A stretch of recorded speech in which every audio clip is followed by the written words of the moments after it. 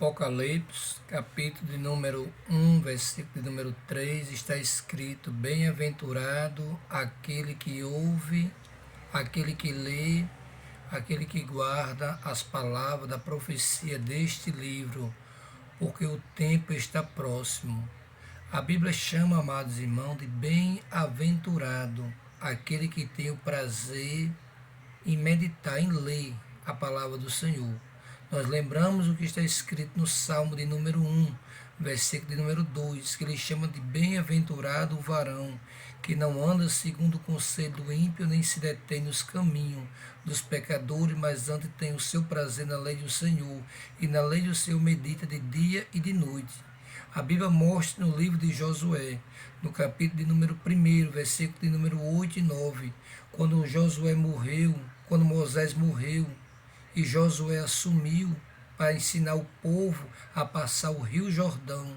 Deus fala com Josué, diz assim: Josué, não te mandei eu, esforça-te e tem bom ânimo, medite no livro desta lei de dia e de noite, então somente esforça-te e tenha cuidado de fazer conforme tudo que está escrito, porque assim como eu fui com Moisés, eu serei contigo por onde quer que andares. Então aqui em Apocalipse, no capítulo 1, no versos 3, onde estamos lendo, ele chama de bem-aventurado aquele que lê e aquele que também ouve, né? O apóstolo Paulo, ele mostra lá em Romanos 10, 17, que a fé, ela vem pelo ouvir, e o ouvir a gloriosa palavra do Senhor. Então, se você quer ser bem-aventurado, que significa dizer que é uma pessoa mais que feliz, é você quando passar a ter prazer na lei do Senhor e na sua lei meditar de dia e de noite. Aí você vai ver o quanto é importante, vai ser alimento para a tua vida espiritual. Quando ele diz aqui que bem-aventurado é uma pessoa mais que feliz, é o que lê. E é aquele que também ouve, como você que está me ouvindo na manhã desse dia, ouvindo a palavra de Deus. A Bíblia diz que quando Jesus entra na cidade chamada de Jericó, tinha um homem ali assentado cego mendigando. Mas quando ele ouviu que era Jesus que ali ia passando, ele clamou, dizendo: Jesus, tem misericórdia de mim. E ali o Senhor parou, mandou que o chamasse e abriu os olhos daquele cego, e ele seguiu pelo caminho porque ele sentiu prazer e ouviu a palavra gloriosa do Senhor. Amém? Que Deus nos abençoe, amados irmãos.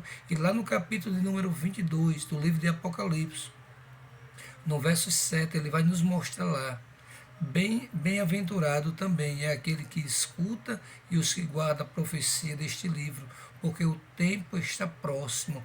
Próximo de quê, irmão Alexandre? Próximo do Senhor cumprir a promessa que ele fez à sua igreja. Como ele disse lá em João 14:3, eu irei e voltarei outra vez para levar a minha igreja, para que aonde eu estiver, estejais vós também. Porque essa é a promessa que a igreja, que foi comprada, lavada e remida pelo sangue do Cordeiro de Deus, que tira o pecado do mundo. Fique nessa palavra, nessa convicção, que ele está bem próximo de voltar, pelos sinais que estamos vendo. Então a carta de João ao Apocalipse, a revelação, foi escrita para que a igreja de Cristo viesse tomar o conhecimento das coisas que havia de acontecer. E é o que nós estamos vendo: terremoto em vários lugares, guerras, rumor de guerra, mas aquele que perseverar até o fim, guardando e obedecendo a gloriosa palavra do Senhor, esse daí será salvo, alcançará a promessa que ele nos ensina lá em Apocalipse 21:5, que Deus limpará de nossos olhos toda lágrima, e lá não haverá mais choro, nem pranto, nem dor, porque as coisas velhas já passaram, e eis que tudo se fez nova. Aí o Senhor falou para João na revelação: escreva, João, e envie às 7 igrejas que estão na Ásia, porque essas palavras são fiéis e verdadeiras.